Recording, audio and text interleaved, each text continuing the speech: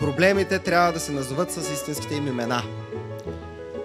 Градът се топи и всички имаме познати приятели и роднини, които търсят препитание в чужбина, по София или някой друг голям град.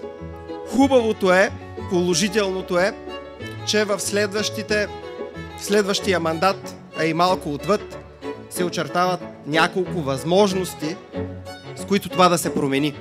Едната възможност е плана за възстановяване и устойчивост. Другата възможност е предвид геополитическите събития и обстановката. Инвестиции от далечния и от по-близкия изток се връщат обратно в Европа и държавите от източна Европа ще бъдат конкуренти за тях. Трябва да се сформира един работещ, млад, мотивиран, професионален екип, който да успее да ги привлече.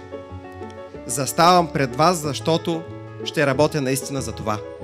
Искам да видя едни жители на община Свищов образовани, здрави и финансово стабилни.